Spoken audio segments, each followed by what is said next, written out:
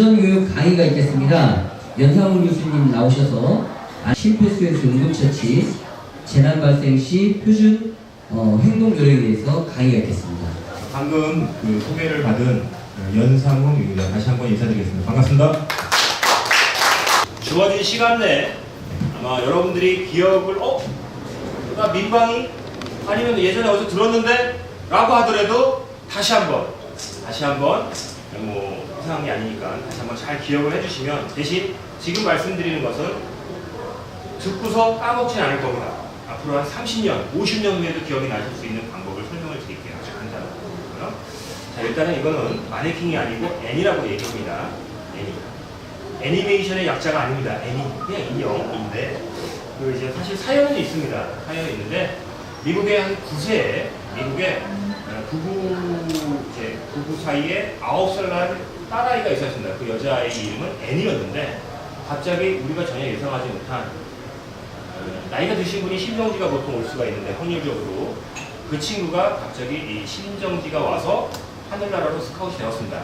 근데 그 부부가 가만히 생각을 해보니까 심폐소생술이라고 하는 방법이 있었던 거예요.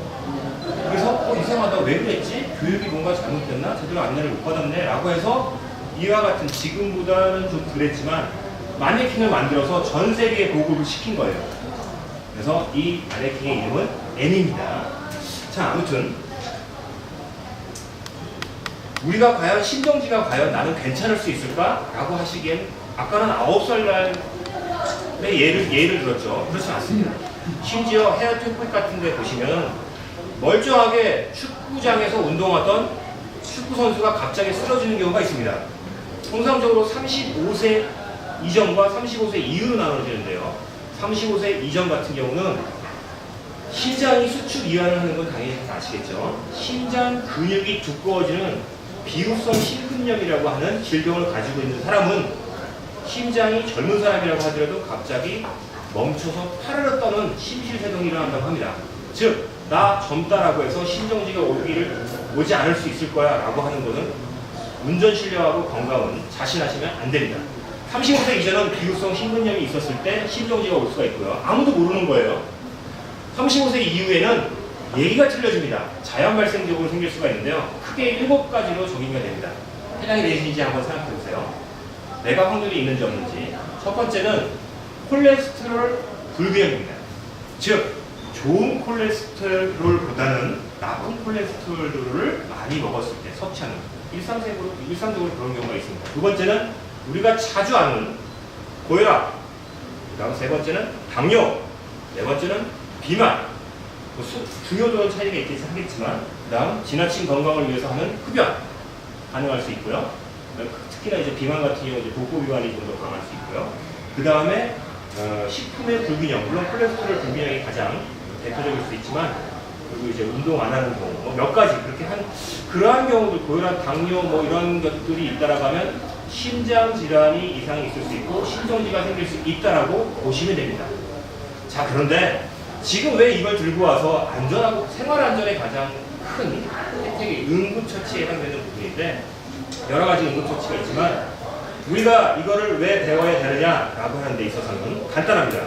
평상시 같으면 우리가 의료기관 내에서 심정지가 생겼다라고 하면 아시는 것처럼 의사나 간호사인 전문 의료진이 해결을 합니다. 그런데 심정지가 있을 법한 유전자가 있을 만한 분들은 일상생활을 하고 있어요. 그러니까 일상생활 중에 발생할 확률은 80%고 의료기관 내에서는 의료진들이 해결을 하니까 결과적으로 그 80%가 움직이고 있는 겁니다. 그렇기 때문에 우리가 지금 배워두면 좋겠다라고 이야기를 하는 거고, 가장 중요하게 되는 근본적인 건, 중요한 건 그거 배우는 건 알겠는데 나는 의료진도 아니다 이거예요. 의사, 간호사, 치과 의사, 한의사, 조산사 이런 의료진이 아니다 이거예요. 무슨 말이냐? 법적으로 문제되는 거 아니야? 내가 남을 도와주는 것까지는 좋은데 법적으로 문제가 될 수 있지 않을까? 라고 하는 건, 의심하는 건 좋습니다. 그래서 법에서는 안 되겠다. 일상생활 중에 응급질환이 많이 그러니까 심정지 발생할 확률이 높기 때문에 법에서 예외를 두었습니다. 응급의료에 관한 법률 제5조 2항에 이렇게 두었습니다. 긴 내용이 있는데, 고의나 중대한 과실이 아닌 상태에서, 핵심은요, 고의나 중대한 과실이 아닌 상태에서 타인의 신체에 응급 처치가 필요한 사람한테 응급 의료에 관한 시술을 했을 때 심지어 사망에 이른다고 하더라도 형사상 책임을 면한다라는 내용이 있습니다. 그게 핵심입니다. 그 밑에 단서를 하나 또 걸어왔습니다. 해당되는 법률의 해당 행위자는 누구냐라고 하면 일반인, 우리죠. 플러스 진료시간 외 응급기관의 종사자입니다. 즉 이런 거죠. 의사 선생님이 주말에 등산을 하러 갔습니다. 갔는데 저 앞에 갑자기 심정지 환자가 있어서 어떤 원인인지 모르는데 환자가 쓰러졌어요. 근데 의사 선생님이 이럴 수 있잖아요. 뭐지? 오늘은 119 내가 근무를 안 하는 날인데 그냥 가면 안 되잖아요. 그래서 일반인 및 진료시간 외에 의료진들도 마찬가지로 응급의료에 관한 법률의 모든 분들의 법에 면책이 될 수 있는 조항을 우리나라 법에 있습니다. 그래서 여러분들이 배우셔도 상관이 없고 누군가를 도와드릴 수 있는 환경이 조성됐다라고 보시면 됩니다. 자, 그럼 방법은 간단합니다. 가장 큰 틀은 내가 아무리 의료진이든 이걸 많이 배웠다고 하더라도 중간에 길을 가다가 갑자기 쓰러진 분이 있어요. 심정지가 올 수 있는 아까 같이 7가지 경우도 있지만 실질적으로 추락사고나 아니면 화재라던가 아니면 질식사라던가 익수사고라던가 각각의 경우 감전사고 이럴 때도 심정지가 발생할 수 있습니다. 예를 들어서 이럴 수 있죠. 바닷가에 보면 연암철에 보면 간혹 가다가 이런 경우 있죠. 익수사고에 있어서 물을 많이 마신 거예요. 심장이 멈추겠죠. 그랬을 때 뱃사장으로 끌고 나와서 어떠한 행위를 해야겠죠. 그 행위를 할 때 심장은 사람이 하늘나라로 스카웃 되더라도 약 15분 동안 뛰고 있답니다. 그만큼 엄청난 생명력을 가지고 있죠. 그런데 그 뛰는 생명력이 뇌에 산소를 공급할 정도는 안 된다는 거예요. 그래서 그걸 우리가 인위적으로 뇌에 산소를 공급하기 위해서 심폐소생술을 하고 있는 겁니다. 간단합니다. 원리는. 목적은 뇌에 산소를 공급해 주려고 하는 거고요. 뇌에 산소를 공급하지 못하면 어떤 일이 생기냐? 일정한 시간 동안 약 4분 동안 산소가 제대로 공급이 못하면 그 이후에 어떤 소생이나 응급처치를 했다라고 하면 뇌사 상태나 아니면 일상생활이 불가능하다고 합니다. 그러니 결국은 여러분들은 도와줄 수 있는 환경도 됐기 때문에 도와주시면 됩니다. 심정지가 아까 같이 그런 경우가 많이 발생할 수가 있는데 딱 봤는데 내가 아무리 교육을 많이 받았다고 하더라도 조건이 있습니다. 첫 번째, 도와주려고 하는 구조자가 주위의 환경이 그러니까 도와주려고 하는 환경이 안정적인 상태에서 도와줘야 된다. 즉, 내가 불안한 환경에서 뛰어들어가서 이 사람을 도와준다? 말이 안 되는 거예요. 내가 응급구조를 하는 상황이 딱 보니까 주위의 환경이 안정적인 상태에서 도와줄 수 있는 게 의미가 있는 거지. 즉, 붕괴사고가 일어났는데 누군가 추락했습니다. 근데 딱 보니까 내가 며칠 전에 들었던 심정지의 상황인 거예요. 근데 딱 내가 저기 가서 심폐소생술을 해야지 안 된다는 거예요. 무슨 말이냐? 환경 자체가 불안하잖아요. 여러분들의 안전을 도외시한 상태에서 누군가를 도와준다? 이걸 원하는 건 아닙니다. 즉, 구조하는 그런 환경에서 안정적인 상태에서 여러분이 도와주시는 게 중요하고요. 두 번째는 이왕 도와주실 거면 정확하게 도와주시라는 거예요. 즉, 누군가가 추락사고가 발생을 했는데 엎어져 있습니다. 그러면 상식적으로 등에다가 등 압박이 아니라 가슴 압박이기 때문에 등에다가 압박하는 게 아니죠. 그러면 우리는 후다닥 사람을 똑바로 몰 겁니다. 이러지 말라는 거예요. 두 가지입니다. 안전을 확보한 상태에서 구조를 하라는 얘기고, 두 번째는 올바른 자세가 되도록 만들어 놓고 하라는 겁니다. 무슨 말이냐?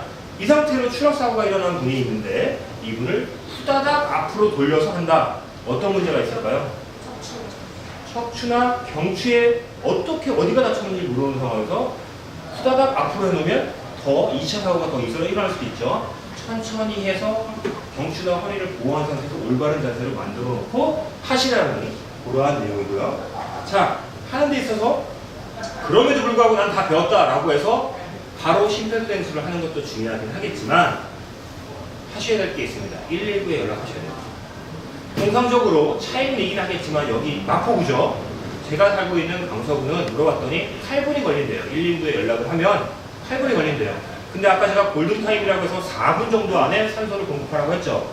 그 시간 차이가 생깁니다. 즉, 여러분들이 적어도 10여 분 정도는 그 누군가 옆에 계셔 주셔야 되는 거고 도움을 주시는 게 맞습니다.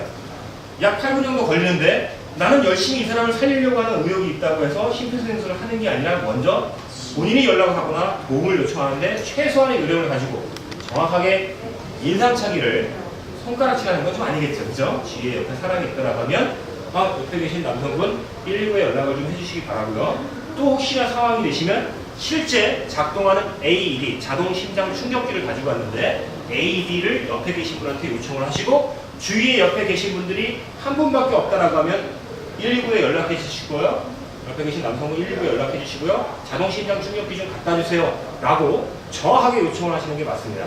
여기 누가 좀 도와주세요. 안 됩니다. 인간의 심리에는 책임 회피의 심리가 있기 때문에 누가 좀 도와주세요? 나를 본 게 아닌데 그냥 가야지. 뭐 어떻게 도와달라는 거야?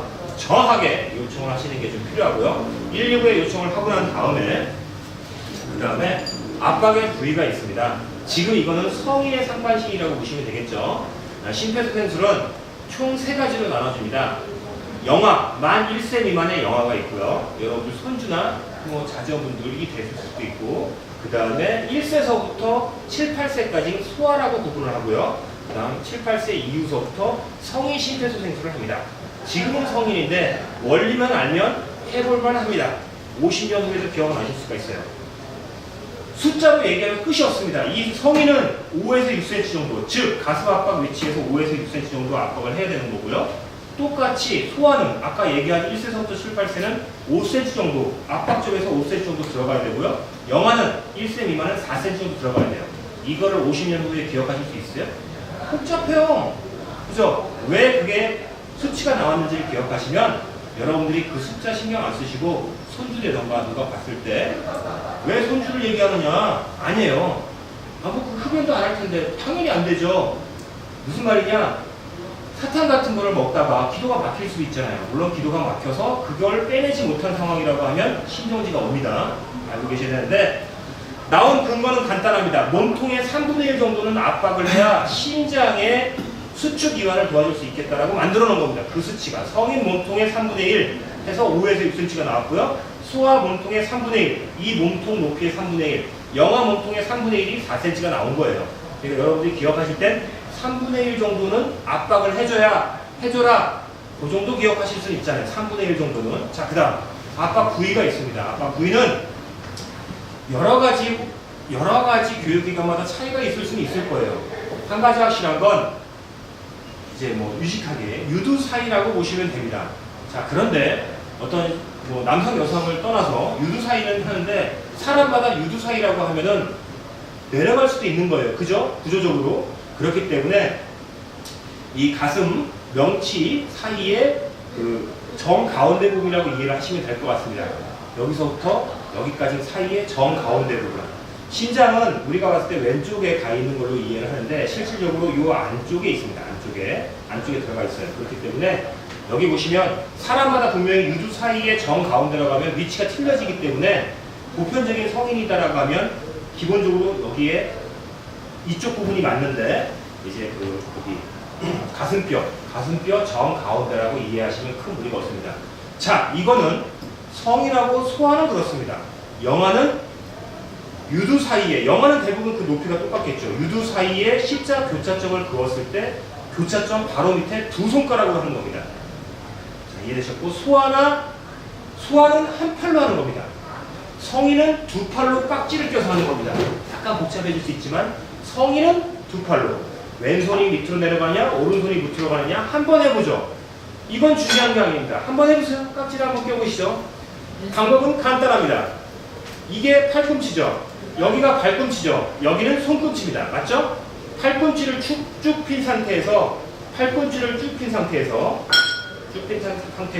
손꿈치가 아까 말씀드린 압박점에 다 내려가면 됩니다. 됐죠? 팔꿈치를 이게 아닙니다. 쭉 핀 상태에서 나는 이렇게 하겠다 상관없습니다. 여러분이 편하신 대로 하시면 돼요. 손꿈치가 압박점에 들어가면 되는데 이럴 수가 있습니다. 자세히 보시면 구조적으로 이렇게 가는 게 분명히 맞습니다. 맞는데 분명히 하다 보면 이렇게 하다 보면 팔목이 아파요. 손목이. 어쩔 수 없이 내려갈 거예요. 그러나 저는 의식적으로 손꿈치에 힘을 넣겠다는 거예요. 의식적으로. 여기서 보시면 이게 아니에요. 손바닥으로 압력을 가하겠다는 게 아니라 손꿈치가 아까 말씀드린 가슴 압박점에 닿겠다는 거고 이렇게 해서 하는데 속도가 있습니다. 깊이는 아까 3분의 1이라고 말씀드렸어요. 그죠? 3분의 1, 몸통의 3분의 1, 성인은 5에서 6cm. 속도가 있어요. 속도는 1분의 100에서 120인데 이게 50년도에 기억이 나겠냐 이거예요. 뭐야 그때 숫자? 그래서 이렇게 생각하자고요. 1초에 2번.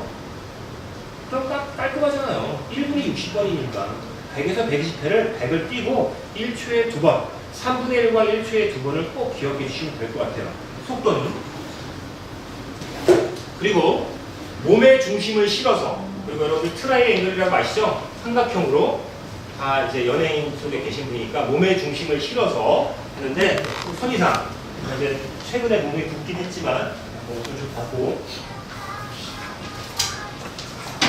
자 팔꿈치를 펴주죠. 팔꿈치 펴고 손꿈치를 굽겠다 라고 해서 몸의 중심을 실어서 이미 시작할 때서부터 몸의 중심을 실어서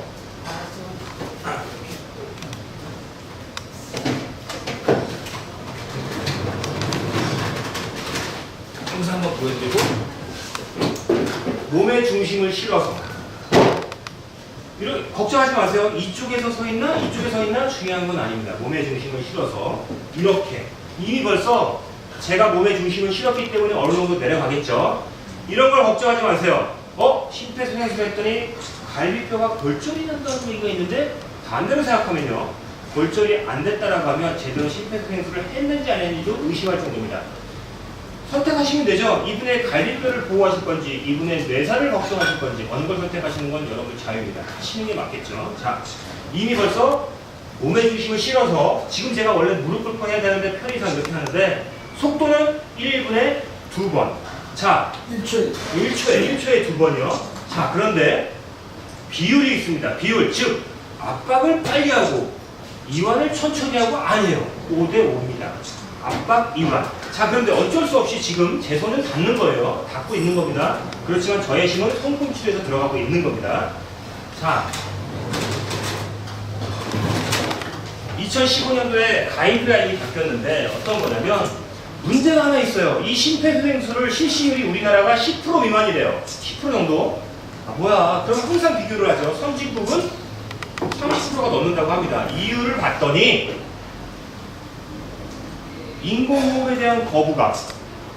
중간에 어디서 보니까 30번 정도 가슴 압박을 하고 2번 정도는 인공호흡을 하라고 해서 30대 2의 법칙을 얘기합니다. 근데 선수가 왜 배우자도 아니고 이런 뭐 생각도 있을 수도 있고 인공호흡에 대한 거부감이고 또 혹은 왠지 잘못하면 문제가 생길 것 같은 이러한 문제 때문에 우리나라 분들이 교육률이 높은데도 불구하고 제대로 실시를 못한대요.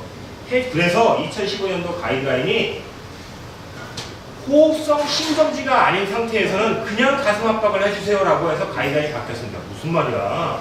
호흡성 심정지요. 즉 익수사고가 생기거나 혹은 질식사가 생겨갖고 내가 쓰러지는 경우가 아닌 이상 그 두 가지를 빼고는 그냥 가슴 압박만 해주세요. 왜? 인공호흡 할까 말까 하는 동안에도 이분한테 심정지가 일어났을 때 10초 이내에 산소가 공급이 안 되면 뇌세포가 하나씩 파괴된다고 하니 결국은 그냥 가슴 압박만 하세요. 언제까지? 이게 중요하죠. 119 아까 연락하셨을 거 아니에요. 119가 도착할 때까지 혹은 깨어날 때까지 하셔야 돼요. 그 정도. 자, 그래서 호흡성 심정지이 아닌 상태에서는 그냥 가슴 압박을 한다. 제가 한 1분 정도를 한번 해보겠습니다. 근데 또 이렇게 하는 경우도 있어요. 지금 30분을 내가 하고 호흡성 심정지다 그러면 인공호흡을 할 때는 어쩔 수 없이 카운트를 해야겠죠. 근데 이제 제가 한 30초 정도만 할게요. FM대로 보여드리면 이분이 쓰러지신 거예요. 그냥 무조건 하는 건 중요한 건 아니겠죠. 왜냐면 큰 틀에서 보셔야 되니까. 이분의 의식을 먼저 확인하는 거죠. 괜찮으세요? 괜찮으세요? 이번에 이쪽으로 할까요? 옆에 계신 진행하신 남성분 119에 연락 좀 해주시고요. 근처에 있는 A 신장 충격기 좀 갖다 주세요. 부탁드리겠습니다.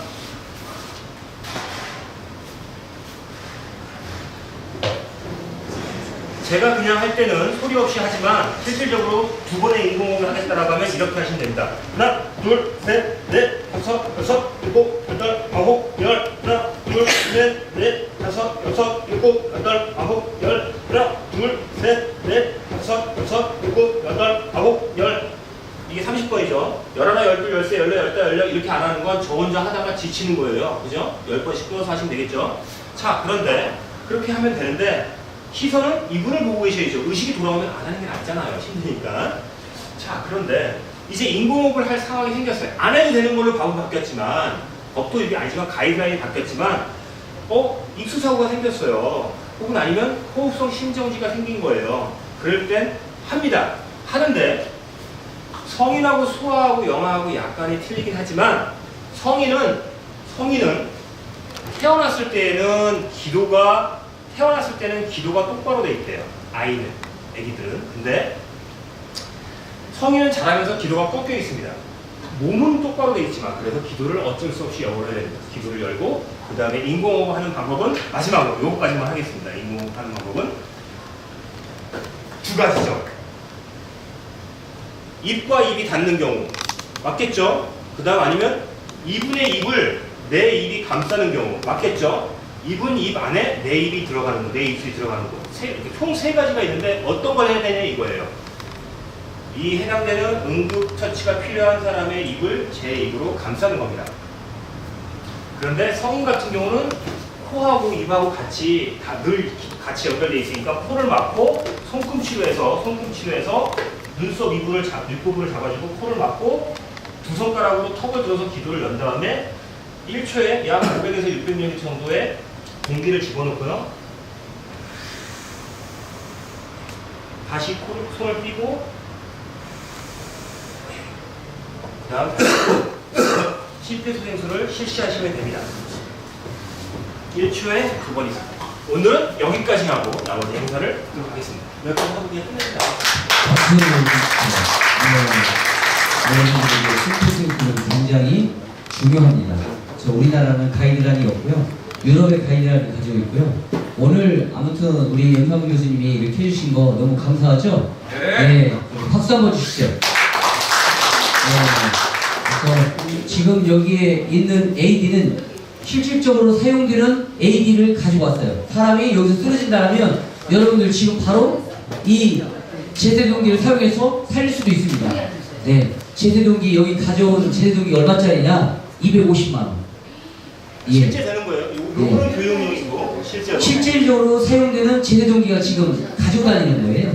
네, 그래서 오늘 배우신 걸 잊지 마시고요. 다음에 영상이 보면 더 자세하게 한번 배워보는 거, 실습하는 걸로 하겠습니다.